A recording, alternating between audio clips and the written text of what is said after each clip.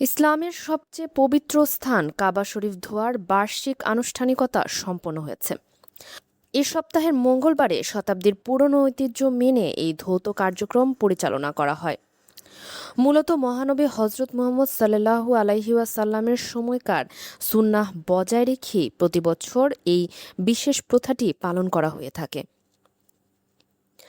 পবিত্র কাবার ভেতরের দেয়াল ও মেঝে পরিষ্কারের জন্য আগে থেকে সুগন্ধি ও গোলাপ জল মিশ্রিত জমজমের পানি প্রস্তুত রাখা হয়।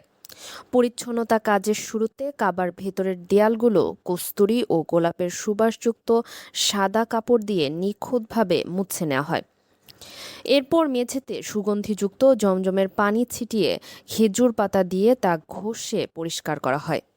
ধৌত প্রক্রিয়া শেষে কাবার ভেতরটা সুরভিত করতে ব্যবহার করা হয় উন্নত মানের ধূপ ও সুগন্ধি তেল।